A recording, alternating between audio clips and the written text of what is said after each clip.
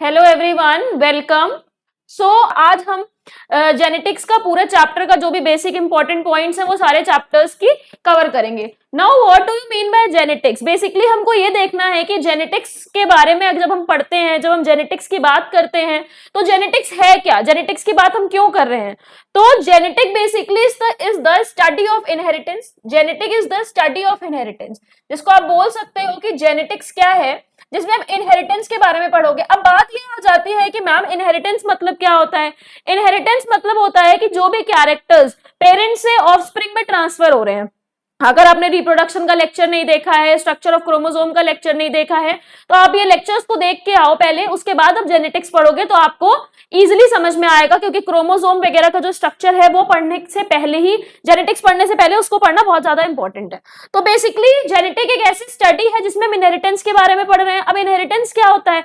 Inheritance का मतलब है कि जैसे सपोज करो कि हमारे पेरेंट्स से कुछ कैरेक्टर्स हम में आ रहे हैं, तो वो किस तरह से हम में आ रहे हैं। The transfer of characters from one organism to the another is basically called as inheritance, and in genetics we will study about the inheritance। तो हम इनहेरिटेंस के बारे में पढ़ेंगे, हेरिडिटी के बारे में पढ़ेंगे, जेनेटिक मटेरियल जैसे हम पहले पढ़ चुके हैं, क्रोमोसोम में डीएनए होता है। तो आज ये जो हमारा टॉपिक है वो बेसिकली बहुत इंपॉर्टेंट है। जेनेटिक्स में दो चीजें आती हैं कि जेनेटिक्स अगर हम पढ़ रहे हैं तो सेक्सुअल रिप्रोडक्शन की बात आती है। क्यों आती है? क्योंकि सेक्सुअल रिप्रोडक्शन हमको वेरिएशन शो करता है। सेक्सुअल रिप्रोडक्शन एक तरफ से आपको वेरिएशंस भी शो करेगा, दूसरी तरफ ये होता है कि सेक्सुअल रिप्रोडक्शन से ही जो है ट्रांसफर होते हैं कैरेक्टरिस्टिक्स, यानी कि ये जो कैरेक्टरिस्टिक ट्रांसफर होने वाला सीक्वेंस चलता है ये सेक्सुअल रिप्रोडक्शन में ही होगा, तभी तो उसमें वेरिएशंस आते हैं। तो अब हम कंटिन्यू करते हैं। देखिए, in studying inheritance a number of terms are used. सबसे पहले हम जेनेटिक्स पढ़ने से पहले कुछ टर्म्स हैं जो बार बार इस चैप्टर में रिपीट होंगे, उन टर्म्स को हम पहले डिस्कस कर लेंगे जिसकी वजह से आपको कोई दिक्कत ना हो। What is the meaning of trait?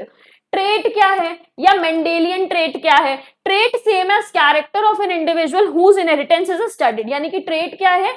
Trait एक तरह का कैरेक्टर है। कैरेक्टर क्या हो गया? जैसे कि सपोज करो आई कलर, तो आई कलर क्या है? आई कलर एक कैरेक्टर है, और उसी को आप क्या बोल रहे हो? आई कलर एक ट्रेट है। लेकिन हर ट्रेट के क्या नाम है? दो एग्जाम्पल्स होते हैं। जैसे कि अगर आप देखो कि आई कलर एक ट्रेट हुआ, एक सिंगल कैरेक्टर है। अब इस सिंगल कैरेक्टर से क्या नाम है? बहुत सारी चीजें हो सकती है, जैसे कि आई कलर ब्लू हो सकता है, ब्लैक हो सकता है, ब्राउन हो सकता है। तो ट्रेट क्या है? ट्रेट बेसिकली कैरेक्टर को शो करेगा। कैसे कैरेक्टर को? जैसे आप कहो कि हाँ हेयर कलर, हेयर का कलर क्या होगा, हेयर का टाइप क्या होगा, स्ट्रेट बाल होंगे कि करली हेयर्स होंगे। तो all these things are character. यानी कि जो आप सिंगल हेडिंग बोल रहे हो, हेयर कलर, हेयर शेप बोल सकते हो, हेयर स्ट्रक्चर बोल सकते हो, या वेराइटी बोल सकते हो, या आई कलर बोल रहे हो, तो this eye colour, hair colour, all these are characters. ये क्या है? कैरेक्टर्स है। अब ये कैरेक्टर्स दो पार्ट्स में डिवाइड है। जैसे कि हेयर कलर में आपका क्या आ गया? ब्लैक ब्राउन, यूजुअली जो डोमिनेंट होता है, ज्यादातर देखा जाता है। आई कलर में ब्लैक और ब्राउन ज्यादातर देखा जाता है, बाकी कुछ ब्लू और ग्रीन भी होते हैं, बट वो बहुत क्या है? रेसेसिव है। नेक्स्ट है, देखो एग्जाम्पल दिया है, जैसे कि height of pea plant. Height of pea plant क्या है बेटा? Height of pea plant trait है। यानी कि हाइट ऑफ पी प्लांट को आप कह सकते हो कि कैरेक्टर है। कैरेक्टर है हाइट ऑफ पी प्लांट। और टॉलनेस और डॉर्फनेस क्या है? इसके दो एक्सप्रेशन है। एक्सप्रेशन का मतलब क्या है कि हाइट, हमने एक कैरेक्टर ले लिया भैया कि हाँ हाइट हमारा जो है कैरेक्टर है। अब ये जो हाइट हमारा कैरेक्टर है, इसके एक्सप्रेशंस क्या है? यानी कि हाइट अपने आप को किस तरह से एक्सप्रेस करेगा? तो एक टॉलनेस के फॉर्म में और एक डॉर्फनेस के फॉर्म में। अगर कोई टॉल है तो हम क्या कहेंगे? हाँ ये इसकी हाइट कैसी है? लंबी हाइट है। एक को हम क्या कहेंगे? छोटी हाइट है। ज्यादातर हम क्या यूज करते हैं? लंबी हाइट या छोटी हाइट। मीडियम हाइट के बारे में हम जल्दी बात नहीं करते। तो बेसिकली हाइट एक ऐसा कैरेक्टर है जिसके दो एक्सप्रेशन है। उन एक्सप्रेशन का नाम क्या है? टॉलनेस और डॉर्फनेस। नेक्स्ट देखोगे आप, नो नेक्स्ट आप देखोगे gene. Now what is gene? जिसने भी स्ट्रक्चर ऑफ क्रोमोसोम का लेक्चर देखा होगा उसको ये पता होगा कि जीन बेसिकली क्या है? क्रोमोसोम हमारा किससे बना है? क्रोमोसोम हमारा बना है डीएनए और प्रोटीन से। जीन बेसिकली डीएनए का सेगमेंट है। जीन क्या है? डीएनए का सेगमेंट है जो सीक्वेंस करता है पर्टिकुलर कैरेक्टर के लिए। सपोज करो अगर यही कैरेक्टर हाइट के लिए जाना है, तो हाइट के कैरेक्टर को लेके कौन जाएगा? जीन लेके जाएगा। कहां प्रेजेंट होगा? ये जीन में प्रेजेंट होगा। अब जीन कहां प्रेजेंट होगा? डीएनए के एक सेगमेंट में क्या प्रेजेंट होगा? जीन प्रेजेंट होगा। तो बेसिकली यही बता रहा है जीन और Mendelian factor, the basic unit of inheritance for a given character. यानी कि gene is a basic unit. ये जो हमारा ये जो आप नोट्स देख रहे हो उसे आप डाउनलोड कर सकते हो ऐप में जाकर फर्दर रिवीजन के लिए। तो तो बोल रहे हैं the basic unit of inheritance for a given character, it is a specific segment of DNA located in the chromosome, it is passed on from parent to the offspring, it was named factor by Mendel। यानी कि here it is saying कि gene जो है कि specific sequence है, gene कहाँ present है, DNA के एक सेगमेंट में प्रेजेंट है। जीन क्या है, यूनिट है, कैसी यूनिट है, कैरेक्टर को एक जनरेशन से दूसरी जनरेशन में लेके जाने की। क्या ट्रांसफर होता है, जीन ही तो ट्रांसफर होता है ना, डीएनए की हेल्प से क्या जाता है एक जनरेशन से दूसरी जनरेशन, जीन ट्रांसफर होता है, जीन जाता है। तो यहाँ पे कुछ इसके एग्जाम्पल दिए हैं कि जीन क्या होता है, जीन किसके लिए जाएगा, हाइट के लिए जाएगा, स्किन कलर के लिए जाएगा, आई के लिए जाएगा और एक्सेट्रा, आई कलर के लिए जाएगा। नाउ व्हाट इज हाइब्रिड, एक टर्म आता है हाइब्रिड। हाइब्रिड का मतलब क्या होता है, हाइब्रिड का मतलब किसी को पता है, क्रॉसिंग। हाइब्रिड जब भी हम पढ़ते हैं तो हाइब्रिड में क्या आती है, क्रॉसिंग आती है।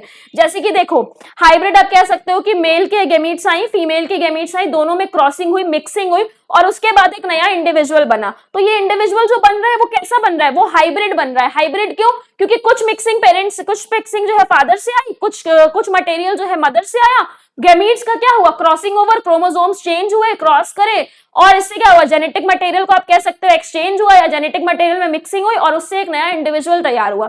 तो बेसिकली दिस इज हाइब्रिड। लेकिन हाइब्रिड टर्म को हम बेसिकली एसेक्सुअल या प्लांट के केसेस में ज्यादा यूज करते हैं। तो अगर आपसे पूछ रहा है what is the meaning of hybrid, ये जो इंपॉर्टेंट वर्ड्स है ना, इसको समझना बहुत इंपॉर्टेंट है। क्यों, क्योंकि अगर आप ये समझ लोगे तो आप कहीं भी जब चैप्टर पढ़ रहे होगे तो आपके मन में आया ट्रेट, तो आपको नहीं पता ट्रेट क्या है, लेकिन यहां से आपको पता चल गया। अगर आप ये सारे इंपॉर्टेंट वर्ड्स, डिफिकल्ट वर्ड्स का मीनिंग देख लोगे तो आपको पता चल जाएगा कि क्या चीज ज्यादा इंपॉर्टेंट है। ओके, सो नेक्स्ट देखिए, नेक्स्ट यहां पर क्या है, hybrid. A hybrid is an individual which is produced by crossing the two homozygous individual which are genetically different. यानी कि जेनेटिकली कैसे है, डिफरेंट है, जेनेटिकली डिफरेंट है, उनके बीच में जब हम क्रॉसिंग कराएंगे तो जो नई चीज बनेगी दैट इज हाइब्रिड। यानी कि सपोज करो आपने एक प्लांट लिया, आपने दो प्लांट लिए, ये प्लांट ए है और ये प्लांट बी है। प्लांट ए और प्लांट बी एक दूसरे से जेनेटिकली डिफरेंट है, यानी कि बिल्कुल अलग है, लेकिन जब हमने इनको क्या कर दिया, साथ में लाया और जो इनसे नया प्रोडक्ट बना that is called as hybrid product. जो हमारा हाइब्रिड प्रोडक्ट बना तो उसमें कुछ पार्ट्स, कुछ कैरेक्टर्स जो है प्लांट ए के भी होंगे और कुछ कैरेक्टर्स जो है प्लांट बी के भी होंगे। तो दोनों की मिक्सिंग से जो एक नया प्रोडक्ट बन रहा है that product is called as hybrid, उसको हम बोलेंगे हाइब्रिड। इसके एग्जांपल्स भी आपको दिए हुए हैं। F plants formed by crossing tall and dwarf pea plant, यानी कि अगर हम tall और dwarf pea plant का जब मिक्सिंग कराएंगे तो हमें जो प्लांट्स मिलेंगे वो कैसे मिलेंगे उसके बारे में दिया है ना। व्हाट इज डोमिनेंट, डोमिनेंट क्या है ये देखिए। डोमिनेंट का मतलब क्या होता है, डोमिनेंट मतलब क्या है, रेसेसिव मतलब क्या है। डोमिनेंट का मतलब होता है, जब भी आप जेनेटिक्स पढ़ोगे ना तो किसी भी चीज को सपोज करो आपको बताना है, आपने एक कैरेक्टर हाइट ले लिया, उसमें आपको बताना है कि ये टॉल है, एक ऑर्गेनिज्म टॉल है और एक आपको बताना है डॉर्फ है। तो जब भी हम इसको रिप्रेजेंट करते हैं तो टॉल में हम कैपिटल टी यूज करते हैं और डॉर्फ के केस में हम स्मॉल टी यूज करते हैं। ये कंडीशन तो आप समझ गए होंगे कि ये टॉल के लिए है, ये कंडीशन डॉर्फ के लिए है। लेकिन सपोज करो ऐसे लिखा है, एक कैपिटल एक small, what does it indicate, यानी कि इसका मतलब क्या है, ये क्या बता रहा है, ये क्या प्रेजेंट कर रहा है। तो यहां पर आप बोल सकते हो कि ये भी टॉल है, ये क्या है, टॉल है। लेकिन आपका क्वेश्चन ये होना चाहिए कि मैम ये टॉल क्यों है, इसमें तो स्मॉल टी भी है, स्मॉल टी तो डॉर्फ के लिए है, तो हम इसको टॉल क्यों माने। इसलिए क्योंकि जो एक सिंगल कैपिटल टी है ना, ये कैपेबल है इस टी के कैरेक्टर को छुपाने के लिए। तो कह सकते हो कि कैपिटल टी इतना शक्तिशाली है कि स्मॉल टी का कैरेक्टर को शो ही नहीं होने दे रहा।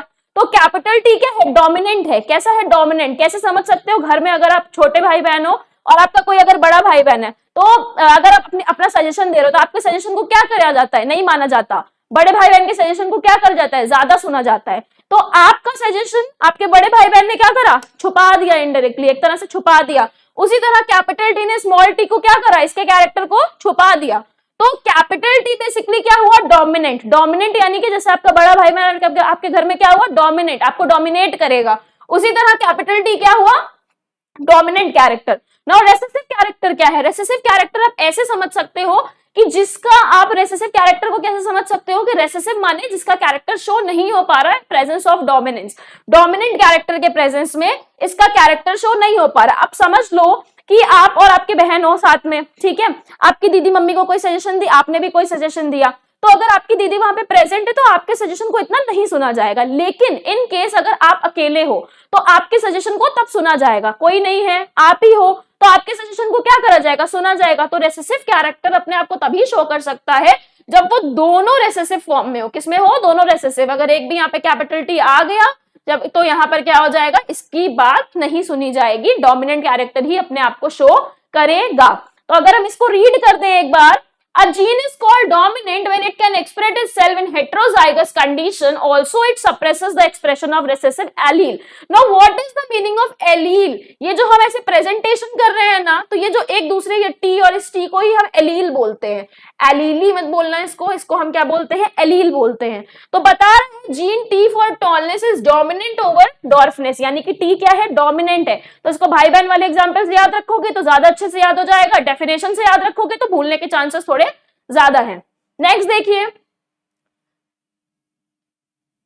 नेक्स्ट स्लाइड आती है हमारी, नेक्स्ट टॉपिक हमारा है जीनोटाइप। व्हाट इज जीनोटाइप, और उसके बाद आता है फिनोटाइप। तो इसको भी बहुत अच्छे और बहुत मजेदार एग्जांपल से हम समझेंगे। जीनोटाइप और फिनोटाइप को हम कैसे डिफाइन कर सकते हैं। देखिए, जीनोटाइप में बेसिकली आप ये बोल सकते हो, 1 सेकेंड,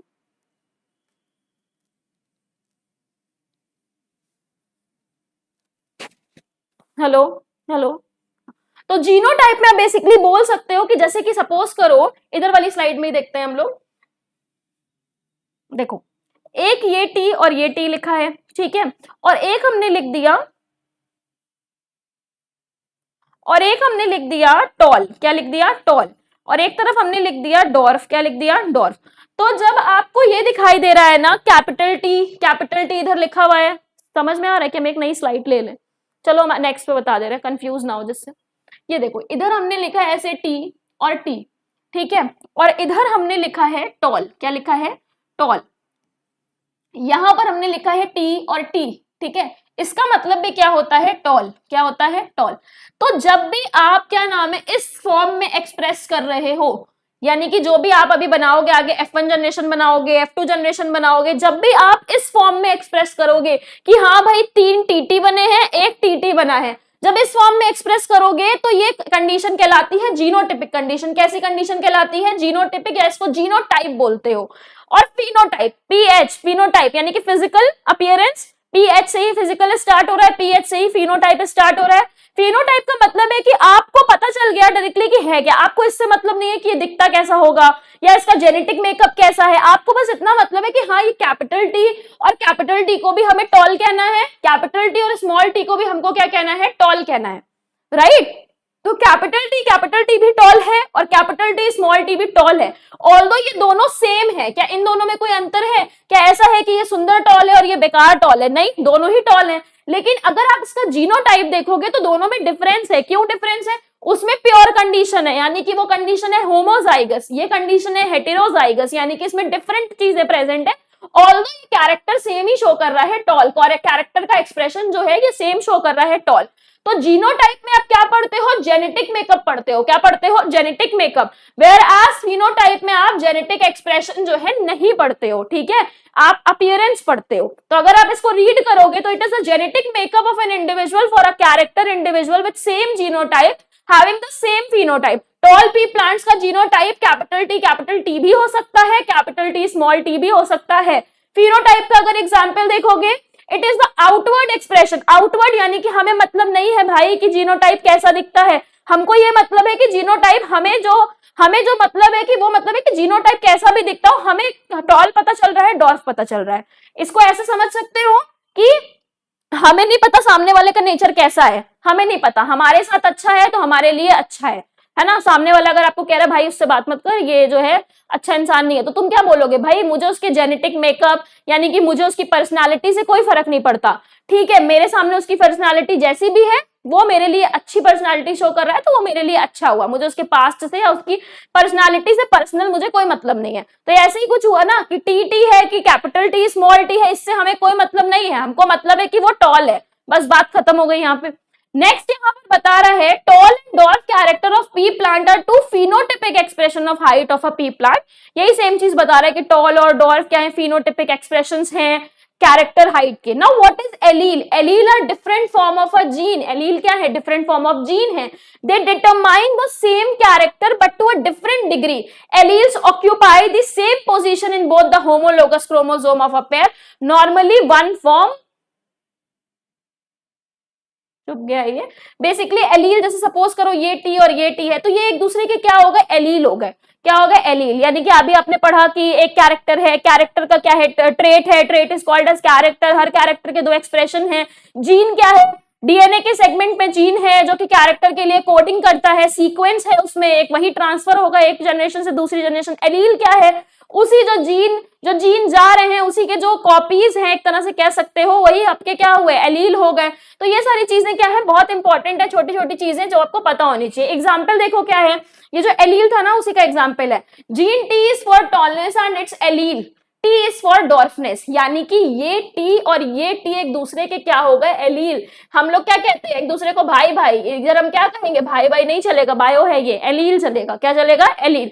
ना होमोजाइगस कंडीशन, बहुत सिंपल, ये कंडीशन है तो होमोजाइगस, ये कंडीशन है तो हेटेरोजाइगस। से डिफरेंट एलील दिख रहे हैं तो हेटेरोजाइगस बोल देना, सेम एलील दिख रहे हैं तो क्या बोलोगे, होमोजाइगस बोलोगे। नेक्स्ट देखो, इसके कुछ एग्जांपल्स हैं। Tall plants with genotype TT and dwarf plant with genotype TT. वही सेम चीज जो हमने बताई, वही चीज डेफिनेशन में लिखी है कि अगर आपके एग्जाम में थ्योरी पोर्शन आएगा तो आप उसको कैसे रिप्रेजेंट कर सकते हो, उसके लिए आप इसको रीड कर सकते हो। चाहो तो इसका स्क्रीनशॉट ले लो आप।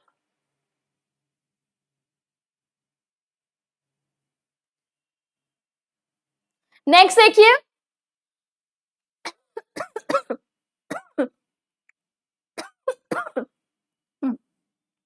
होमोजाइगस हेटेरोजाइगस सबको समझ आ गया। एक बार रिपीट कर देती हूँ। सेम कैरेक्टर होमो, होमो मतलब सेम, होमो भैया सेम है, होमो भैया कैसे हैं, सेम, होमो मतलब सेम। हेटेरो मतलब डिफरेंट, हेटेरो मतलब डिफरेंट। तो इसको हमेशा याद कर लो, हर केस में ये काम आएगा। आगे जब अभी और चीजें पढ़ोगे तो समझ में आएगा। हेटेरो मीन्स डिफरेंट, होमो means same, hetero means different, होमो मीन्स सेम। चलो नहीं तो ये इसी पे रुक जाएंगे हम लोग, आगे बढ़ते हैं।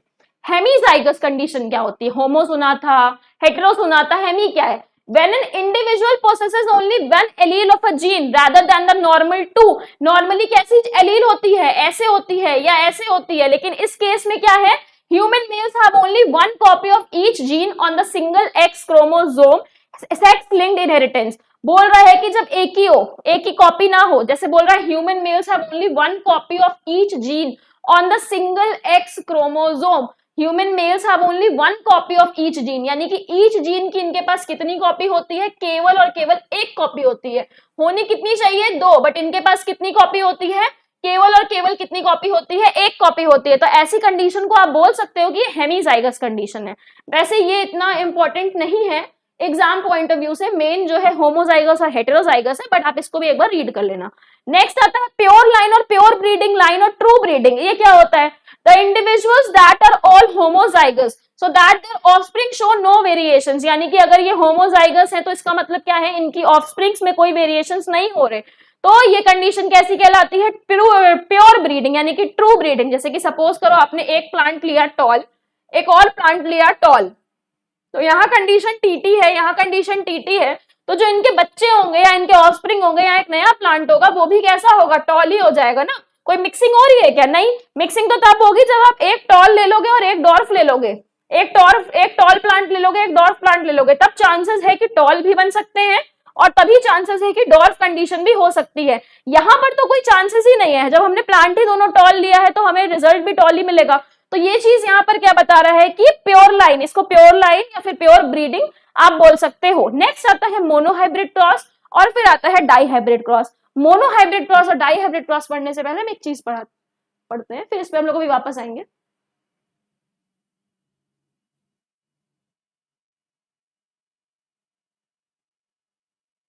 देखो अब हमको बहुत इंपॉर्टेंट टॉपिक पढ़ना है जो है मोनोहाइब्रिड क्रॉस। पहले इधर हम इसको कुछ थोड़ा एक्सप्लेनेशन समझ लेते हैं, फिर वापस से हम उस स्लाइड पे जाके जो बचे हुए टर्म्स हैं उसको एक्सप्लेन करेंगे। एक आता है डाईहाइब्रिड क्रॉस। ये रेड पेन तो बड़ा सुंदर लग रहा है ना बोर्ड पे, आप लोग को विजिबल होगा ही आई थिंक।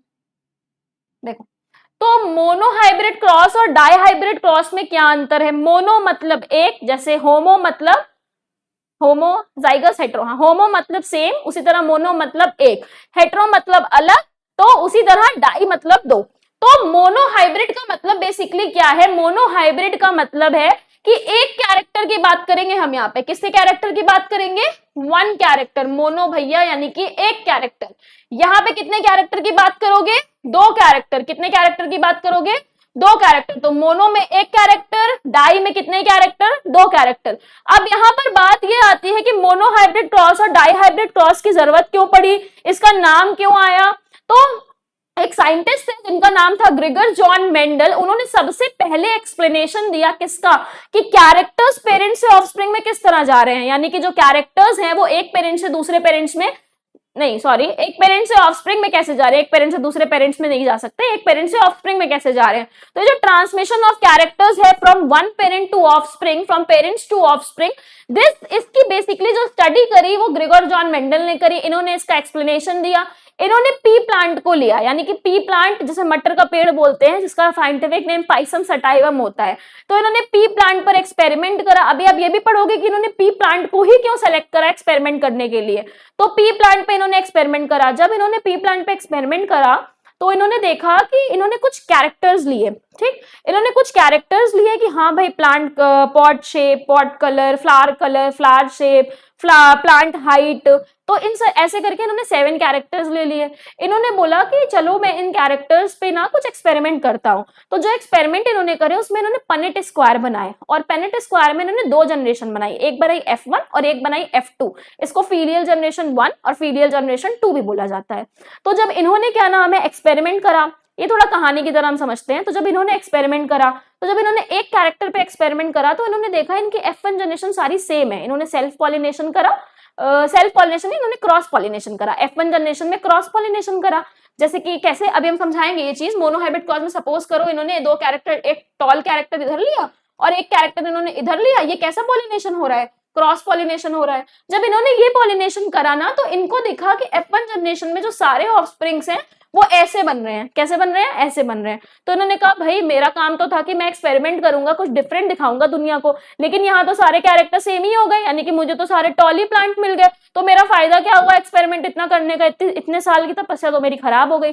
तो इन्होंने फिर F2 जनरेशन किया, यानी कि इन्होंने कहा चलो ठीक है, जो रिजल्ट आया है मैं उसको सेल्फ पॉलिनेट कराता हूँ। सेल्फ पॉलिनेट कैसे कराया होगा, इसी टीटी में इन्होंने फिर से इस टीटी को इंटू कर दिया। तो यहां पर अब इन्होंने देखा कि जो रेशियो आ रहा है वो 3:1 आ रहा है। 3:1 का मतलब क्या है, 3 टॉल प्लांट आए और एक कैसा आया, डॉर्फ आया। तो इन्होंने कहा हाँ चलो यार मेरी जो तपस्या थी वो सफल हुई, मुझे कुछ अलग जो है नंबर ऑफ प्लांट्स मिल रहे हैं, कुछ डिफरेंशिएशन मुझे मिला। तो पहले हमने क्या समझा कि ग्रेगर जॉन मेंडल थे जिन्होंने ट्रांसफर ऑफ जीन के बारे में, मतलब कैरेक्टर्स कैसे पेरेंट्स से बच्चों में जा रहा है इसके बारे में स्टडी कर रहे थे। तो उन्होंने पी प्लांट पे स्टडी करा। पी प्लांट पे क्यों स्टडी करा ये अभी हम नेक्स्ट स्लाइड में पढ़ेंगे। दूसरा फिर उन्होंने 2 नाम दिए, एक दिया मोनोहाइब्रिड, एक दिया डाई हाइब्रिड। मोनोहाइब्रिड एक कैरेक्टर पे बात करेंगे, डाई हाइब्रिड 2 कैरेक्टर की बात एक साथ करेंगे। तो जब उन्होंने मोनोहाइब्रिड क्रॉस करा तो मोनोहाइब्रिड क्रॉस की F1 जनरेशन में देखा कि सारे जो उनके प्लांट्स हैं वो सेम ही आ रहे हैं। तो उन्होंने कहा कि अब मैंने सेल्फ पॉलिनेशन किया था, अब मैंने क्रॉस पॉलिनेशन किया था, अब मैं सेल्फ पॉलिनेशन करके देखता हूं। जब उन्होंने सेल्फ पॉलिनेशन करा तो उन्हें रेशियो मिल गया, 3 प्लांट टॉल मिल गए और एक प्लांट कैसा मिल गया, डॉर्फ मिल गया। तो ये मोनोहाइब्रिड क्रॉस हुआ। अब जब मोनोहाइब्रिड क्रॉस से उनका ये रिजल्ट सब में आने लगा 3:1, F2 जनरेशन सारी 3:1 आने लगी, तो उन्होंने कहा चलो मैं डाई हाइब्रिड क्रॉस करता हूं। डाई हाइब्रिड में क्या करूंगा, जैसे मैंने अभी केवल टॉलनेस लिया, यानी कि मैंने हाइट का कैरेक्टर लिया, अब मैं हाइट लूंगा और फ्लावर कलर लूंगा। इसी तरह मैं हाइट लूंगा, फ्लावर पोजीशन लूंगा, इसी तरह मैं फ्लावर पोजीशन, फ्लावर कलर लूंगा। यानी कि अभी मोनोहाइब्रिड में वो एक कैरेक्टर को लेके चल रहे थे, डाई हाइब्रिड में वो 2 कैरेक्टर्स को लेके चलेंगे। तो this is the difference between monohybrid cross and dihybrid cross. Next देखो, Gregor John Mendel was first to explain the mechanism of transmission of characters from parents to the offspring generation after generation. He is therefore considered to be the pioneer of modern genetics and is called the father of genetics. This is very important. Gregor John Mendel is called as the father of genetics. एकदम रट लेना, मतलब बहुत time तक काम आएगा, हमेशा ही काम आएगा। तो फादर ऑफ जेनेटिक्स कौन है, ग्रेगर जॉन मेंडल। किस पे एक्सपेरिमेंट करा इन्होंने, पी प्लांट पर। अब नेक्स्ट देखो, Mendel conducted his historic hybridization cross breeding experiment on garden pea, जिसका नाम मैंने आपको अभी बता दिया था, साइंटिफिक पाइसम सटाइवम। ये जगह हम लोग के पीडीएफ में अभी हम लोग यहाँ समझेंगे। नेक्स्ट आप एक टेबल एक बार देख लो पहले, ये नहीं, ये देखो, ये टेबल आपको दिख रहा है। इस टेबल में 7 कैरेक्टर्स हैं। 7 कैरेक्टर्स देखो, काउंट कर लो, 1 2 3 4 5 6 7 7 कैरेक्टर्स हैं, जिसमें से पहला कैरेक्टर है प्लांट हाइट। प्लांट हाइट के एक कैरेक्टर है यानी कि एक ट्रेट है, इसके दो एक्सप्रेशन है, या तो टॉल होगा या तो डॉर्फ होगा। फ्लावर पोजीशन, या तो फ्लावर पोजीशन एक्सियल होगी। एक्सियल का मतलब समझते हो, एक्सियल का मतलब है जो मेन एक्सिस है वो ग्रो कर रही है और फ्लावर साइड में निकल रहा है। कहाँ निकल रहा है? साइड में। और टर्मिनल का मतलब क्या है? मेन एक्सिस ग्रो करना बंद कर दिया और फ्लावर यहीं पे निकल गया। ये वाली कंडीशन को बोलते हो एक्सियल और इस वाली कंडीशन को क्या बोलते हो? टर्मिनल। अभी हम मोनोहाइब्रिड और डाइहाइब्रिड क्रॉस बनाना एक बार सिखा देंगे। मोनोहाइब्रिड बता देंगे, डाइहाइब्रिड आप कर लोगे खुद से। देखो एक्सियल और ये कैसी है? टर्मिनल। तो फ्लावर पोजीशन एक ट्रेट है, फ्लावर पोजीशन एक कैरेक्टर है, इसके एक्सप्रेशंस कितने होंगे? दो। क्या होंगे? एक्सियल हो सकता है, टर्मिनल। फ्लावर कलर डोमिनेंट कौन सा? अच्छा जो इधर लिखे हैं वो डोमिनेंट है। डोमिनेंट का मतलब तो समझ गए हो कि अगर डोमिनेंट और रेसेसिव प्रेजेंट है तो शो कौन सा होगा? डोमिनेंट। पर्पल और व्हाइट प्रेजेंट है साथ में तो शो क्या होगा? पर्पल। तो ये क्या है? फ्लावर कलर है और ये क्या है? पर्पल है और ये क्या है? व्हाइट है। उसी तरह अगर इधर आ जाओ, पॉट शेप इधर क्या है? इन्फ्लेटेड और इधर क्या है? कंस्ट्रिक्टेड। कंस्ट्रिक्टेड यानी कि थोड़ा सा सिकुड़ा हुआ। पॉड कलर इधर ग्रीन है डोमिनेंट, इधर येलो है। Seed shape round dominant, wrinkled यानी सारी खराब चीज रेसेसिव है। सीड कलर येलो डोमिनेंट और ग्रीन क्या है? रेसेसिव। सीड कलर और पॉड कलर में बच्चे बहुत कंफ्यूज होते हैं, तो अब इसको याद रखना बच्चे, के हम लोग भी कंफ्यूज हो जाते हैं कि पॉड कलर में ग्रीन डोमिनेंट है और सीड कलर में येलो डोमिनेंट है। तो कैसे इसको याद कर लेना कि एक याद कर लो, दूसरे वाले को हमेशा ऑपोजिट कर देना। सीड कलर और पॉड कलर में पॉड कलर हमारा आपका जो है डोमिनेंट इसमें ग्रीन होगा, वेयरएज सीड कलर में येलो डोमिनेंट होगा। तो इस चीज को याद रखना। तो ये टेबल है, ये कैरेक्टर्स है, इन्हीं कैरेक्टर्स के बेसिस पर मेंडल अपना क्या करेंगे? एक्सपेरिमेंट करेंगे। इन्हीं कैरेक्टर्स के बेसिस पर वो मोनोहाइब्रिड क्रॉस बनाएंगे और इन्हीं के केसेस पर वो क्या बनाएंगे? डाइहाइब्रिड क्रॉस भी बनाएंगे। तो अब हम मोनोहाइब्रिड क्रॉस बनाते हैं। देखिए हम कौन सा क्रॉस बनाएंगे? सबसे पहले मोनोहाइब्रिड क्रॉस। साथ साथ आप लोग भी प्रैक्टिस करते जाओगे तो इजी हो जाएगा। तो एक कैरेक्टर जो इन्होंने लिया मोनोहाइब्रिड क्रॉस में, वो इन्होंने लिया हाइट। इन्होंने कैरेक्टर कौन सा लिया? हाइट लिया। हाइट के कैरेक्टर के कितने एक्सप्रेशन होते हैं? बताओ जल्दी। दो एक्सप्रेशन होते हैं, एक होता है टॉल और एक होता है डॉर्फ। टॉल के लिए क्या लिखते हो? Capital T capital T. Dwarf के लिए क्या लिखते हो? Small T small T. अब पनेट स्क्वायर इस तरह से बना लो। आपकी बुक्स में क्रिस क्रॉस मेथड भी बताते हैं, पनेट स्क्वायर थोड़ा ज्यादा इजी होता है। देखो एक तरफ आप ये कैपिटल टी लिख दो, एक तरफ स्मॉल टी लिख दो। ठीक है, स्टेप वाइज समझो। मोनोहाइब्रिड क्रॉस लिखो, कैरेक्टर के दो एक्सप्रेशन लिखो, उनका रिप्रेजेंटेशन लिखो, ऐसे बॉक्स बनाओ जिसमें कट्टम पुट्टम बचपन में खेलते थे। इधर कैपिटल टी लिखो, इधर स्मॉल टी लिखो, इन दोनों का मल्टीप्लीकेशन कर दो। सबका मल्टीप्लीकेशन क्या आ रहा है? Capital T small T, capital T small T, capital T small T. क्या आ गया? Capital T small T. अब अगर यहाँ पर हमेशा लिखा जाता है जीनोटाइप, क्या लिखा जाता है? जीनोटाइप। तो जीनोटाइप इनका सबका क्या है? सेम। कैसा है? सेम। जीनोटाइप में क्या लेते थे? ये जो एक्सप्रेशन है, जेनेटिक एक्सप्रेशन सबका कैसा है? सेम। तो क्या लिख दोगे? सेम ही है सबका जेनेटिक एक्सप्रेशन। दूसरी चीज, ये कौन सी जनरेशन बना रहे हो? F1। कौन सी जनरेशन बना रहे हो? ये F1 जनरेशन। पहले हमने अभी बताया था ना, उन्होंने F1 जनरेशन बनाई। जब सब सेम मिला तो उन्होंने कहा मेरी तपस्या खराब हुई, तो उन्होंने क्या करा? F2 जनरेशन बनाई। तो F1 जनरेशन में सब सेम आया फिनोटाइप। लेकिन फिनोटाइप देखो क्या आया? फिनोटाइप, जब जीनोटाइप सेम है तो फिनोटाइप भी सबका कैसा है? फिनोटाइप सबका टॉल है। कैसा है? टॉल। क्यों टॉल है भैया? डॉर्फ क्यों नहीं है? तो स्मॉल टी भी प्रेजेंट ना। क्यों? डोमिनेशन। यहाँ क्या हो रहा है? डोमिनेंट कैरेक्टर शो हो रहा है। डोमिनेंट कैरेक्टर क्या होता है? टॉल, इसलिए टॉल शो हो गया। नेक्स्ट देखो, नेक्स्ट हम बनाएंगे F2 जनरेशन। नेक्स्ट क्या बनाएंगे? F2 generation. कंफ्यूज मत हो ना, ये इसका पार्ट नहीं है क्रॉस ब्रीडिंग एक्सपेरिमेंट का। अभी F2 जनरेशन में देखो क्या होगा। F2 जनरेशन में जो हमारा रिजल्ट आया वो आया TT इंटू TT। अब वहां पर हमने कराया था क्रॉस पॉलिनेशन, यहाँ पर हम करा देंगे सेल्फ पॉलिनेशन। वहां पर हमने क्या कराया? Cross pollination. यहाँ पर हम करा देंगे सेल्फ पॉलिनेशन। तो जब आप सेल्फ पॉलिनेशन कराओगे तो फिर से हम कट्टम बुट्टम वाला बॉक्स बनाएंगे। अब हम इधर देखेंगे capital T small T, capital T small T, capital T capital T capital T small T, capital T small T capital T small. कुछ गलत हो गया? हाँ, स्मॉल टी, ये इधर से स्मॉल टी आएगा। Capital T capital T capital T small T, capital small T capital T small T small T. तो केवल हमने क्या बताया था, रिसेसिव अपने आप को तभी शो कर सकता है, आप अपनी बात को तभी मनवा सकते हो जब आप अकेले हो, आपका भाई बहन घर पे प्रेजेंट ना हो, तो ये तभी शो करेगा खुद को जब दोनों कैसे हो, रिसेसिव। तो यहाँ पर जो रेशियो आया जीनोटिपिक, यहाँ पर जो जीनोटिपिक रेशियो आया वो तो देखो देखने वाला रेशियो है, कैपिटल टी आया, एक कैपिटल टी स्मॉल टी आया, और एक ये और ये आया। अब यहाँ देखो ये कितनी बार है, कैपिटल टी कितनी बार है, एक बार, कैपिटल टी स्मॉल टी कितनी बार है, दो बार, और स्मॉल टी कितनी बार है, एक बार। तो जीनोटिपिक रेशियो ये है, लेकिन जो फिनोटिपिक रेशियो है वो क्या होता है, फिनोटिपिक रेशियो इसका है 3:1। 3:1 क्यों है, क्योंकि 3 टॉल है, 2+1 3 टॉल है और एक डॉर्फ है। और क्या फिनोटिपिक का मतलब है कि उसका नेचर कैसा है, नहीं, उसको क्या मतलब है, मुझे क्या मिल रहा है, टॉल मिल रहा है कि डॉर्फ। तो क्या हुआ यहाँ पे, 3 कैरेक्टर कैसे है, ये जो है टॉल हो गया और एक कैसा आ गया, डॉर्फ हो गया। तो अगर आप जेनेटिक मेकअप के बेसिस पे देखोगे तो क्या यहाँ पे आपको ऐसे रिप्रेजेंटेशन करना है, लेकिन अगर फिनोटिपिक देखोगे तो डायरेक्टली आपको जो अपीयरेंस है उसके बेसिस पर आपको सीक्वेंस लिखना है। नेक्स्ट देखिए, ये थी मोनोहाइब्रिड क्रॉस की बात, ये हमने किसकी बात करी, मोनोहाइब्रिड की। अब हम वापस अपनी स्लाइड पे आते हैं, तो यहाँ पर मोनोहाइब्रिड डाइहाइब्रिड हमने समझा दिया है कि मोनोहाइब्रिड क्रॉस क्या होता है, डाइहाइब्रिड क्रॉस क्या होता है।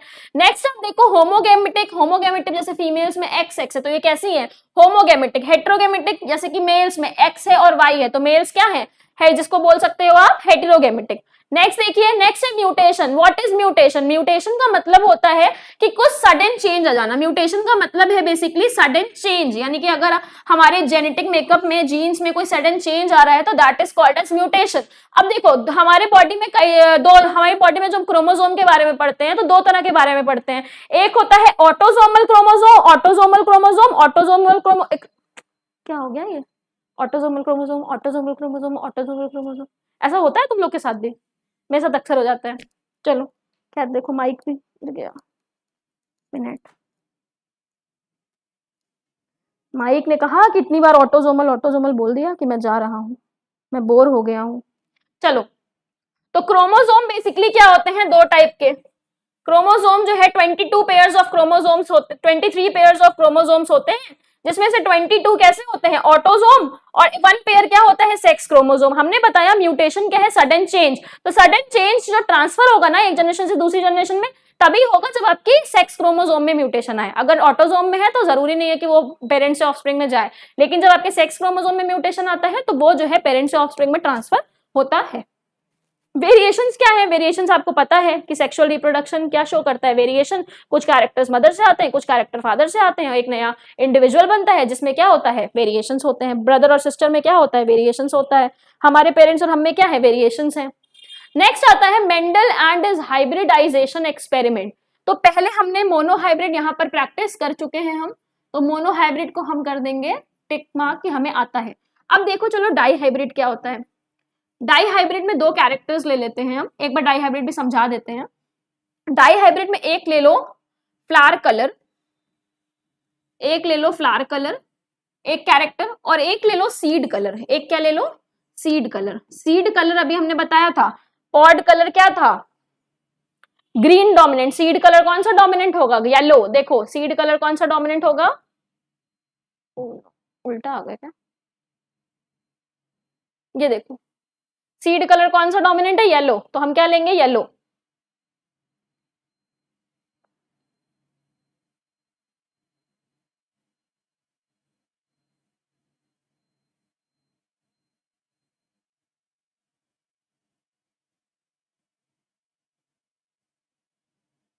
अरे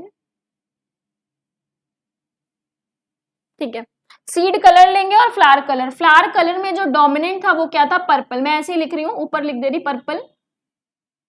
हमेशा अल्फाबेट सेम लेने की कोशिश करना जिससे कंफ्यूजन नहीं होगा। डोमिनेंट क्या है, पर्पल, और रेसेसिव क्या है, व्हाइट। तो यहाँ पे स्मॉल पी लिख दो।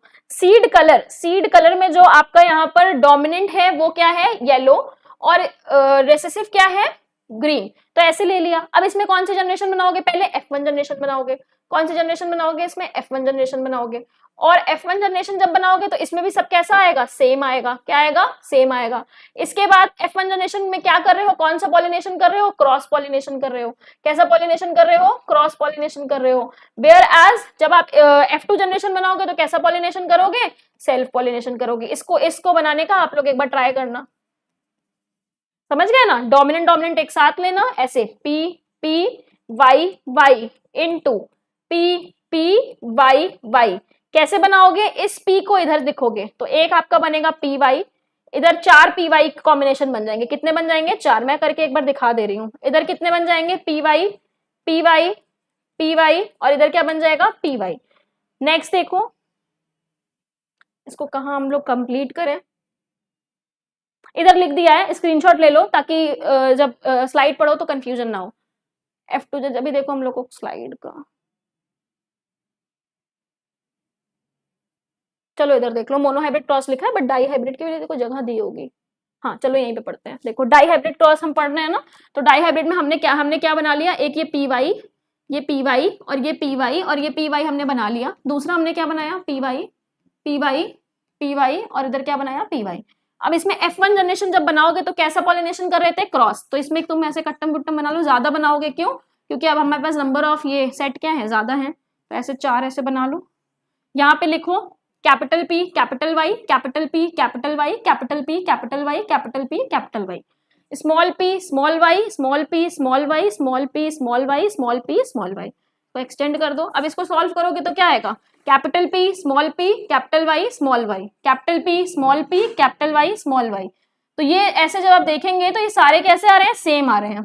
तो इसका मतलब जो मेंडल ने एक्सपेरिमेंट करा उनकी सारी तपस्या क्या हो गई, खराब हो गई। तो अब यहाँ पे कौन सी जनरेशन बनाएंगे, वो F2। अब देखो F2 जनरेशन में क्या होगा, F1 में कौन सा पॉलिनेशन करा, क्रॉस। F2 में कौन सा पॉलिनेशन होगा, सेल्फ पॉलिनेशन। F2 में कौन सा पॉलिनेशन होगा, सेल्फ पॉलिनेशन। सेल्फ पॉलिनेशन किसके बेसिस पर होता है, जो यहाँ पर आता है, जैसे कि capital P small p capital Y small y। इसका मतलब है कि पर्पल और येलो कंडीशन आ रही है। कौन सी कंडीशन आ रही है, पर्पल, और कौन सी आ रही है, येलो। तो अब इसी में आप क्या करोगे, सेल्फ पॉलिनेशन, यानी कि capital P small p capital Y small y। अब इसी में आपको क्या बनाने हैं, 4 सेट बनाने। एक बार इस P को इसके साथ मल्टीप्लाई करोगे तो कैपिटल P कैपिटल Y एक सेट बना, फिर इसी कैपिटल P को स्मॉल y के साथ कर लो, ठीक है। फिर स्मॉल p को कैपिटल Y के साथ लिख दो और स्मॉल p को क्या लिख दो, स्मॉल y के साथ लिख दो।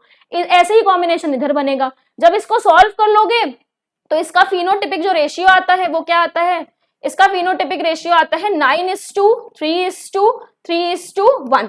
फिनोटिपिक रेशियो कौन सा होता है, जो केवल फिजिकल अपीयरेंस से मतलब रखता है। इसको नहीं पता कि इसका नेचर कैसा है, इसका जेनेटिक मेकअप कैसा है, इससे इसको कोई मतलब नहीं। तो हमने क्या पढ़ा, हमने जो है मोनोहाइब्रिड क्रॉस पढ़ा। मोनोहाइब्रिड क्रॉस हमने क्यों पढ़ा, क्योंकि मेंडल ने जो है 7 कैरेक्टर्स लिए जिसपे उन्होंने कुछ एक्सपेरिमेंट करा। उस एक्सपेरिमेंट में उन्होंने सबसे पहले मोनोहाइब्रिड क्रॉस करा एक कैरेक्टर को लेके, डाईहाइब्रिड क्रॉस करा जिसमें उन्होंने 2 कैरेक्टर लिए। जब उन्होंने मोनोहाइब्रिड क्रॉस करा तो उन्होंने F1 जनरेशन बनाई। F1 जनरेशन में जो सारे सीक्वेंस आए वो सेम आए, उसके लिए उन्होंने क्या करा, F2 जनरेशन बनाई। जब F2 जनरेशन बनाई तो उन्हें उन्हें लगा कि हाँ चलो कुछ डिफरेंट एक्सपेरिमेंट में हमारे आया, तो उनकी मेहनत खराब नहीं हुई। फिर उन्होंने आगे सोचा कि चलो डाईहाइब्रिड क्रॉस करते हैं, यानी कि अभी एक कैरेक्टर की बात कर रहे थे, अब चलो 2 कैरेक्टर की बात करते हैं। जब उन्होंने 2 कैरेक्टर की बात करी तो उन्होंने ये कि देखा कि 2 कैरेक्टर में क्या हो रहा है, इसमें भी सेम चीज हो रही है। F1 जनरेशन में सब सेम आ रहा है और F2 जनरेशन में क्या आ रहा है, डिफरेंट आ रहा है। उसमें F1 जनरेशन में क्या, उसमें F2 जनरेशन में जो फिनोटाइप रेशियो था वो 3:1 था, वेयरएज डाईहाइब्रिड में 9:3:3:1 है, और ये हमेशा कांस्टेंट रहता है, कभी चेंज नहीं होता। तो डाईहाइब्रिड क्रॉस और मोनोहाइब्रिड क्रॉस समझ आ गया होगा। नेक्स्ट देखिए ये देखिए, ये दूसरा मेथड है क्रिस क्रॉस वाला। ये आपका फिनोटिपिक रेशियो लिखा हुआ है, ये आपका जीनोटिपिक रेशियो लिखा हुआ है। जो हमने मेथड बताया वो पनेट स्क्वायर वाला था, ये क्रिस क्रॉस वाला मेथड है। आप दोनों ही कर सकते हो एग्जाम्स में।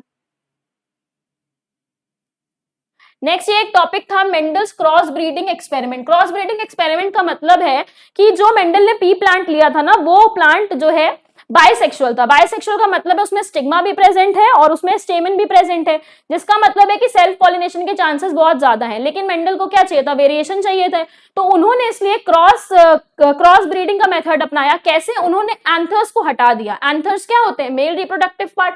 एंथर्स को उन्होंने हटा दिया और इस प्रोसेस को उन्होंने बोला इमासिक्यूलेशन। क्यों हटाया एंथर को? एंथर को इसलिए हटाया ताकि पॉलन ग्रेन जो है स्टिग्मा पे ना जा सके। जब पॉलन ग्रेन स्टिग्मा पर नहीं जाएगा तो अपनी मनपसंद का पॉलन ग्रेन स्टिग्मा पर क्या कराएंगे? लैंड कराएंगे और फिर देखेंगे कि कैसे रिजल्ट उनको मिलते हैं। तो the process of removal of anther is basically called as emasculation. Next देखिए, ये टेबल भी आपने कैरेक्टर का इसको स्क्रीनशॉट कर लीजिएगा। नेक्स्ट है why did Mendel select garden pea, यानी कि उन्होंने ये पी प्लांट को सेलेक्ट क्यों करा? तो सबसे पहले तो ये था कि ये बायसेक्सुअल था, सेल्फ पॉलिनेशन था, इसमें कोई पॉलिनेशन का झंझट नहीं था, इसलिए इन्होंने पी प्लांट लिया। दूसरी चीज इसकी वैरायटी थी और ये जो है विजिबल था, यानी कि जो भी कैरेक्टर्स थे वो इसमें विजिबल थे। एक बार रीड कर लेते हैं। Pea plant bear bisexual flower, यानी कि इसमें जो फ्लावर है वो कैसे है? बायसेक्सुअल। बायसेक्सुअल है तो पॉलिनेशन कैसा होगा? सेल्फ। स्ट्रक्चर कैसा है? स्ट्रक्चर जो है इसका क्रॉस पॉलिनेशन की प्रेफरेंस नहीं देता। क्यों? क्योंकि बायसेक्सुअल है तो जो पॉलन ग्रेन होगा वो स्टिग्मा पर ही लैंड कर जाएगा, जिसकी वजह से सेल्फ पॉलिनेशन होगा।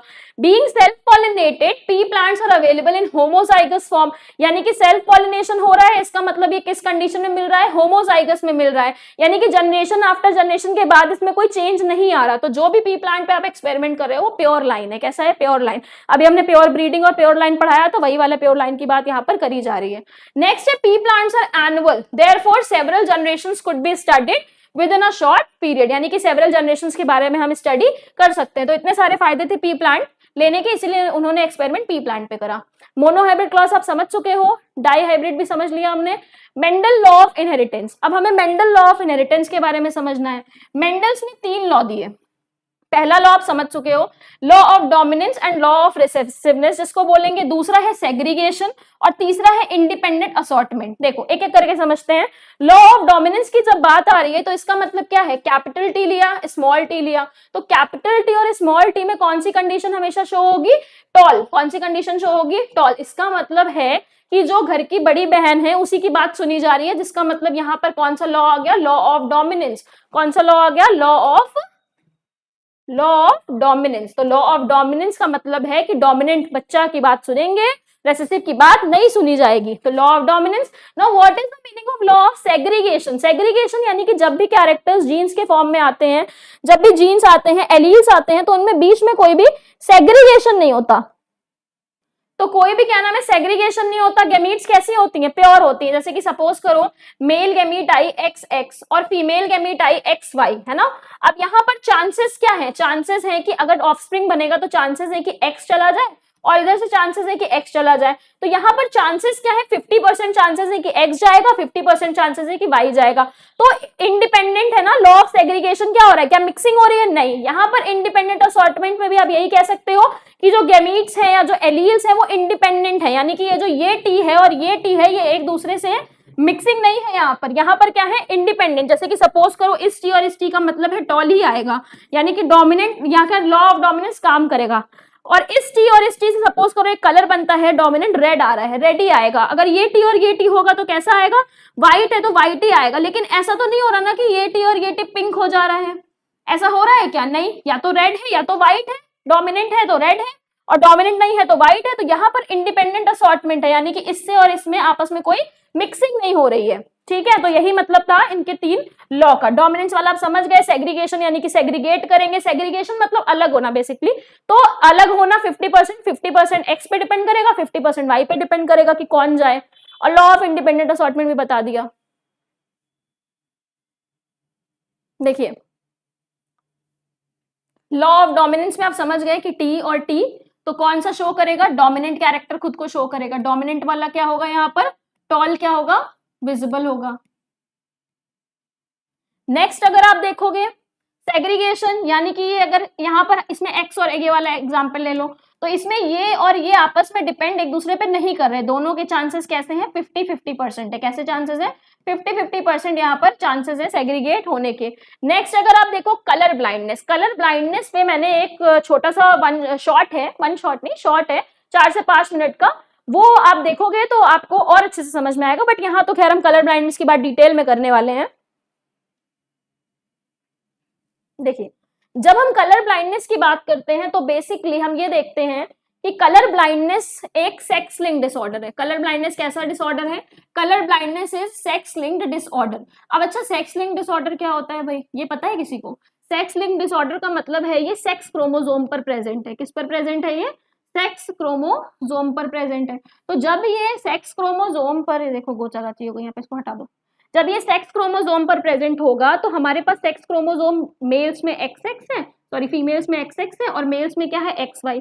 तो ये जो डिजीज का मतलब बेसिकली कह सकते हो कि डिजीज वाला जो फैक्टर है वो X क्रोमोसोम पर प्रेजेंट होता है। किस पे प्रेजेंट होता है? X chromosome. मोस्टली जो डिजीज होते हैं ना वो X क्रोमोसोम पर ही प्रेजेंट होते हैं, Y पर बहुत कम ही जो है डिजीज प्रेजेंट होते हैं। Y लिंक डिजीज बहुत कम होते हैं, मोस्टली X लिंक्ड होते हैं। तो colour blindness is a sex link disorder जिसका जो क्रोमोसोम किस क्रोमोसोम पर प्रेजेंट होगा? ये X क्रोमोसोम पर प्रेजेंट होगा। किस क्रोमोसोम पर प्रेजेंट होगा? X क्रोमोसोम पे। कलर ब्लाइंडनेस का जो टॉपिक है इसी से सेम जो है हीमोफीलिया का टॉपिक है। तो कलर ब्लाइंडनेस आप अच्छे से समझ लोगे तो हीमोफीलिया वाला टॉपिक भी आपका कवर हो जाएगा। एक चीज और मैं बताती हूँ पहले आपको कि कलर ब्लाइंडनेस में होता क्या है। कलर ब्लाइंडनेस में जो पर्सन है ना वो रेड और ग्रीन कलर में डिस्टिंग्विश नहीं कर पाता, यानी कि एप्पल और पत्ती उसको सेम लगेंगी। करेला जो है वो पत्ती एप्पल समझ के खा जाएगा, या एप्पल को जो है करेला समझ के खा जाएगा। उसको समझ नहीं आएगा कि रेड कलर कौन सा है, ग्रीन कलर कौन सा है। तो कलर ब्लाइंडनेस एक ऐसा डिसऑर्डर है जिसमें हमारे रेड और ग्रीन कोन में बेसिकली आईज में डिफेक्ट होता है, जिसकी वजह से रेड और ग्रीन कलर में पर्सन डिस्टिंग्विश नहीं कर पाता। ये एक ऐसा डिजीज है जो सेक्स लिंक्ड है। सेक्स लिंक्ड का मतलब है हमारे सेक्स क्रोमोसोम पर प्रेजेंट है। सेक्स क्रोमोसोम के कौन से? X क्रोमोसोम पर प्रेजेंट है। X क्रोमोसोम पे प्रेजेंट है तो इसमें बात ये आती है कि ये 8% मेल में पाया जाता है और 0.4% ये फीमेल्स में पाया जाता है। 8% ये मेल्स में पाया जाता है, 0.4% ये किस में पाया जाता है? फीमेल्स में। ऐसा क्यों? 8 मेल्स में ज्यादा क्यों पाया जाता है? अभी आपने डोमिनेंट और रिसेसिव वाली बात पढ़ी, डोमिनेंट और रिसेसिव वाली बात पढ़ी ना अभी आपने। तो यहाँ पर फीमेल्स में कितने क्रोमोसोम होते हैं? X के 2 क्रोमोसोम होते हैं। तो जब फीमेल्स के 2 क्रोमोसोम होंगे X और X, तो यहाँ पर दोनों को बेटा डिजीज होना चाहिए ना, दोनों X क्रोमोसोम पर डिजीज प्रेजेंट होना चाहिए तभी खुद को शो कर पाएगा। अगर एक पर होगा तो क्या कैरेक्टर शो करेगा? नहीं। तो इसलिए फीमेल्स होमोजाइगस होती हैं, इसीलिए होमोगेमेटिक होती हैं, इसीलिए फीमेल्स में दोनों X क्रोमोसोम को अफेक्ट होना पड़ेगा। वेयरएज मेल्स के केस में केवल एक X क्रोमोसोम भी अगर अफेक्टेड है ना तो ये यहाँ पे डोमिनेट कर देगा Y वाले को, Y को क्या कर देगा? डोमिनेट कर देगा। तो इसलिए मेल्स में ये डिजीज ज्यादा देखने को मिलता है और फीमेल्स में ये डिजीज कम देखने को मिलता है, क्योंकि फीमेल्स में दोनों X क्रोमोसोम को अफेक्ट होना पड़ता है और मेल्स में अगर एक X क्रोमोसोम भी अफेक्टेड है तो इससे काम चल जाएगा। नेक्स्ट यहाँ पर कुछ केस आते हैं। देखो यहाँ पर ये बोला जाता है क्रिस क्रॉस मेथड होता है। यहाँ पर क्रिस क्रॉस क्यों होता है कि पेरेंट्स से जो भी मतलब बीमारी है वो डॉटर में जाएगी, पेरेंट्स से ही डॉटर में जाएगी, फादर से ही डॉटर में जाएगी और मदर से ही सन में जाएगी। इसको एग्जांपल तुम कैसे कह सकते हो? देखो अब एक बार हम डॉटर का फॉर्मेशन डॉटर बना के देखते हैं, एक बार सन बना के देखते हैं। जब हम यहाँ पे डॉटर का फॉर्मेशन करेंगे, यहाँ लिख दे रही हूं मैं बगल में डॉटर, ठीक है, केस 1 ले रहे हैं जिसमें ऑफस्प्रिंग के केस एज ऑफस्प्रिंग डॉटर बनी, ठीक। तो एक हमने X लिया, सपोज करो ये X लिंक कलर ब्लाइंडनेस वाला है और इधर से भी X आया, तो क्या ये जो बच्ची या जो ऑफस्प्रिंग है, क्या ये जो डॉटर है इनकी, क्या ये कलर ब्लाइंड हो गई? नहीं, कलर ब्लाइंड नहीं है। क्यों? कलर ब्लाइंड तो तभी होगी ना जब दोनों X अफेक्टेड होंगे। कलर ब्लाइंड नहीं है लेकिन ये इस बीमारी की कैरियर जरूर हो गई है। क्या हो गई है? कैरियर। तो ये एक कंडीशन हो गई। दूसरी कंडीशन, अगर जब हम सन बना रहे हैं, क्या बना रहे हैं? सन, तो सन के केस में मदर से आया X क्रोमोसोम, ठीक है, और फादर से आया कैसा क्रोमोसोम? Y chromosome. तो क्या फादर रिस्पॉन्सिबल है बेटे के कलर ब्लाइंडनेस में? फादर है? नहीं, क्योंकि फादर तो X दे ही नहीं सकता। फादर क्या देगा? फादर Y देगा। फादर किसके लिए रिस्पॉन्सिबल है? फादर केवल और केवल डॉटर के लिए रिस्पॉन्सिबल है। कैसे? सपोज करो एक आया यहाँ से कलर ब्लाइंड मदर से, अगर फादर भी कलर ब्लाइंड होता तो ये बच्ची कैसी हो जाती? कलर ब्लाइंड हो जाती। तो बेसिकली कहा जाता है कि फादर से कैरेक्टर्स डॉटर में जाते हैं और मदर से जो कैरेक्टर्स हैं ये किस में जा रहे हैं? सन में। इसीलिए कहा जाता है ना अक्सर कि बेटियां पापा को पढ़ी हैं और बेटे मम्मी को पढ़े हैं। तो ये साइंटिफिक क्यों है? क्योंकि क्रिस क्रॉस मेथड चलता है। तो ये कलर ब्लाइंडनेस था। कलर ब्लाइंडनेस का एक बार आप वो वाला लेक्चर देख ले, वो वाला वीडियो है, छोटा सा, मुश्किल से शायद 6 से 7 मिनट का है। आप उसको देखोगे तो उसमें कई केसेस भी हैं, वो आपको और अच्छे से समझ में आएगा। नेक्स्ट आता है हीमोफीलिया। हीमोफीलिया में बेसिकली हीमोफीलिया में एक ऐसा ही डिसऑर्डर है, कलर ब्लाइंडनेस से अलग है। इसमें जो है क्लॉटिंग फैक्टर जो होता है, क्लॉटिंग फैक्टर में अफेक्टेड होता है, जिसकी वजह से अगर आपको एक सिंगल कट भी लग जाएगा तो ब्लड में क्लॉटिंग नहीं होगी। तो ये हीमोफीलिया है। इसमें भी ट्रांसमिशन कैसे हो रहा है हीमोफीलिया का? तो ये सेम कलर ब्लाइंडनेस की तरफ होता है। ये भी X लिंक डिसऑर्डर है, ठीक है, रेसेसिव है, लेकिन दोनों डोमिनेंट नहीं है, रेसेसिव है, रेसेसिव डिसऑर्डर है। Sex linked recessive disorder. Next आता है Y linked inheritance. Y linked का मतलब है अभी तक जो डिजीज पढ़ रहे थे वो किस पे प्रेजेंट था, एक्स पर प्रेजेंट था। अब जो डिजीज पढ़ेंगे वो किस पे प्रेजेंट होगा, वाई पे। तो बेसिकली जो मेल्स होते हैं ना उनमें वाई मतलब वाई पे क्या नाम है प्रेजेंट होगा अगर क्रोमोसोम, तो मेल्स अफेक्टेड होंगे। और इसमें बेसिकली वेब्ड टोज देखने को मिलता है। वेब्ड टोज का मतलब है कि जैसे आप देखोगे ना तो जो पैरों की जो उंगलियां होती हैं वो ऐसे चिपकी हुई होती हैं, तो ऐसा डिजीज देखने को इसमें मिलता है वेप्टोज। वाई लिंक डिजीज बेसिकली आपके सिलेबस में बहुत ही कम है, और जो मेन आपको पढ़ना है वो एक्स लिंक पढ़ना है। तो इस चैप्टर में हमने आज क्या क्या कवर करा, हम लोग एक बार उसका रिवीजन कर लेते हैं क्विक। ओके, सबसे पहले हमने जेनेटिक्स के बारे में पढ़ा। Genetic is the study of inheritance. Genetics क्या है, बेसिकली इनहेरिटेंस की स्टडी। इनहेरिटेंस क्या है, जब कैरेक्टर्स एक पेरेंट से ऑफस्प्रिंग में ट्रांसफर हो रहे हैं। उसके बाद हमने कुछ इंपॉर्टेंट टर्म पढ़े, ट्रेट यानी कि कैरेक्टर, जीन यानी कि सीक्वेंस है, हाइब्रिड यानी कि दो अलग लोगों की मिक्सिंग करा रहे हैं तो उससे क्या बन रहा है, हाइब्रिड। डोमिनेंट जो खुद को शो करे, रिसेसिव जो खुद को शो नहीं करे। Next genotype. जीनोटाइप का मतलब क्या है, उसका नेचर कैसा है, उसका स्वभाव मुझे बताओ। फिनोटाइप, मुझे इस सबसे कोई मतलब नहीं। एलील यानी कि टी और टी अगर प्रेजेंट है तो ये एक दूसरे में आपस के भाई भाई नहीं है, एक दूसरे के क्या है, एलील है। नेक्स्ट देखो, नेक्स्ट है होमोजाइगस, सेम, हेट्रोजाइगस अलग। और आगे देखोगे हेमीजाइगस क्या है, जैसे कि मेल्स में हो गया तो ये कौन सी कंडीशन हो गई, यानी कि एक ही कॉपी प्रेजेंट है तो ये हेमीजाइगस कंडीशन है। मोनोहाइब्रिड, एक कैरेक्टर को लेके चलोगे। डाइहाइब्रिड, दो कैरेक्टर को लेके चलोगे। फिर होमोगेमेटिक, सेम, हेट्रोगेमेटिक अलग। Mutation, sudden change, variation, sexual reproduction shows variation. हम एकदम कार्बन कॉपी थोड़ी है अपने पेरेंट्स की। डाइहाइब्रिड की थोड़ी सी बात यहाँ पे कर दी, इसका अलग से स्क्रीनशॉट ले लेना ताकि आप कंफ्यूज ना हो। मेंडल जी की बात करी, ग्रिगोर जॉन मेंडल ने पी प्लांट पर एक्सपेरिमेंट करा, इसी से मोनोहाइब्रिड और डाइहाइब्रिड कई कह सकते हो कि अब मोनोहाइब्रिड और डाइहाइब्रिड का नाम हमें पता चला कि मोनोहाइब्रिड क्रॉस क्या है, डाइहाइब्रिड क्रॉस क्या है। फादर ऑफ जेनेटिक्स है ये। नेक्स्ट देखोगे तो मेंडल ने गार्डन पी प्लांट पर एक्सपेरिमेंट करा, उसके बाद ये इमैसिकुलेशन क्रॉस ब्रीडिंग कराने के लिए इन्होंने एंथर ही हटा दिया। कहा एंथर रही ना, एंथर रहेगा ना सेल्फ पॉलिनेशन होगा। तो जब एंथर हटा दिया गया तो यहाँ पर आप क्या कह सकते हो, this process is called as emasculation. इसको क्या बोला गया इन्होंने, इमैसिकुलेशन बोला, यानी कि removal of anther is called as emasculation. साथ यहाँ पर इन्होंने कैरेक्टर्स की बात करी, plant height, flower position, flower colour, pod shape, pod colour, seed shape, seed colour. Dominant क्या है, tall, dwarf, axial, terminal, purple, white, inflated, constricted, green, yellow, round, wrinkled, yellow, green. यानी कि ट्रेट एक है, उसके एक्सप्रेशंस कितने हैं, दो। कैसे समझ पा रहे हो ट्रेट और एक्सप्रेशन मेरे बोलते ही, क्यों, क्योंकि हमने पहले ही डिफिकल्ट वर्ड सबसे पहले ही समझ लिए हैं। नेक्स्ट है कि पी प्लांट को इन्होंने क्यों चुना, तारीफ करी है थोड़ी सी पी प्लांट की, बता दिया है आपको हमने। लॉस के बारे में बात आती है, 3 लॉ होते हैं, law of dominance, law of independent assortment और लॉ ऑफ सेग्रीगेशन। सेग्रीगेशन माने अलग होना, इंडिपेंडेंट माने आजाद है एक दूसरे से, 50% 50-50 का मामला है। नेक्स्ट देखो, ये लॉ की यहाँ पे बात की गई है। हीमोफाइलिया क्या है, कलर ब्लाइंडनेस क्या है, सेक्स लिंक डिसऑर्डर है। सेक्स लिंक डिसऑर्डर कैसे है, colour blindness sex link disorder है, जिसके बारे में क्या है, एक्सेस क्रोमोसोम। इसमें एक चीज मैं और एक बार आपको बता देती हूँ, हीमोफिलियाज है लेकिन ये दोनों के लिए सेमी कंडीशन है।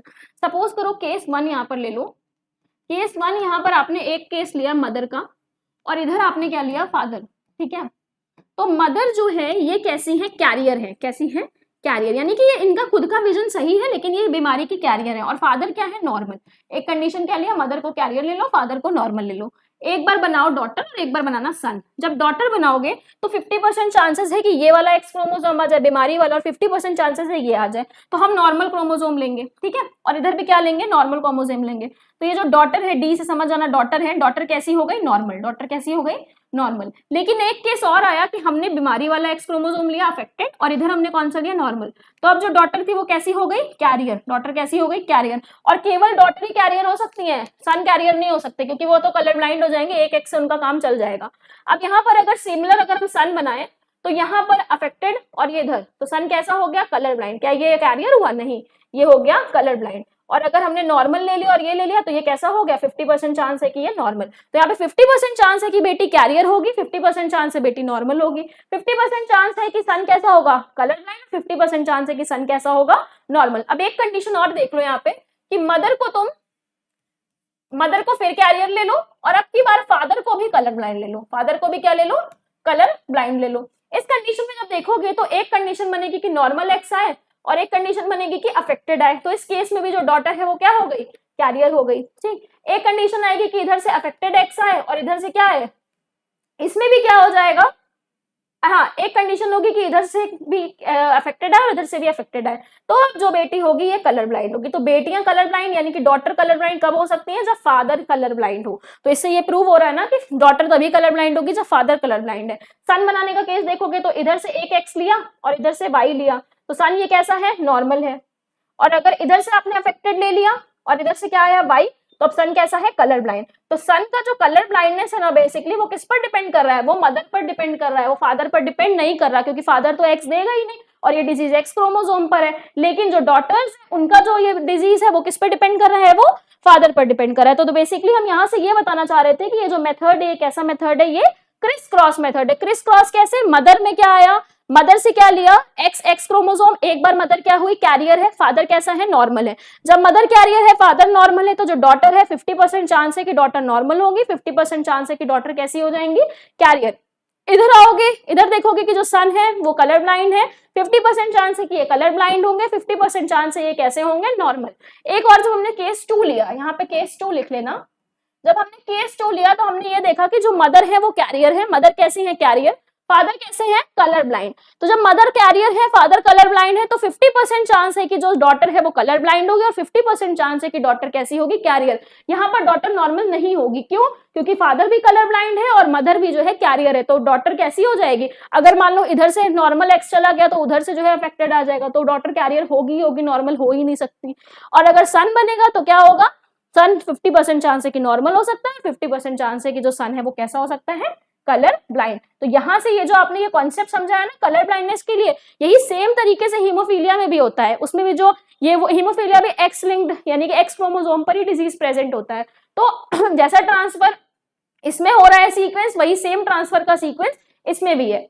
तो यहाँ से ब्लीडर्स डिजीज क्यों बोलते हैं इसको, ब्लीडर्स डिजीज इसलिए बोलते हैं क्योंकि अगर ब्लड एक बार हाथ में कट लगा ना तो खून नहीं रुकेगा, यानी कि ब्लड क्लॉट नहीं हो पाएगा। तो जो क्लॉटिंग फैक्टर है हमारा बॉडी में ब्लड का, बेसिकली वो क्या हो जाता है, अफेक्टेड हो जाता है। सर्कुलेटरी सिस्टम अगर आपने पढ़ा होगा तो आपको क्लॉटिंग फैक्टर पता होगा, fibrinogen protein is present which basically responsible for the clotting of blood. Blood clotting factor में यहाँ पे क्या होता है, डिफेक्ट होता है, जिसकी वजह से ये डिजीज आपको होती है। और वाई लिंक डिसीज के बारे में हमें थोड़ी बहुत चीजें पता होनी चाहिए कि हाँ वाई पे जो है वेप्टोज और कुछ कुछ चीजें हो जाती हैं। तो ये जो जेनेटिक्स था आपका बेसिकली ये पूरा क्या हो गया, कंप्लीट हो गया।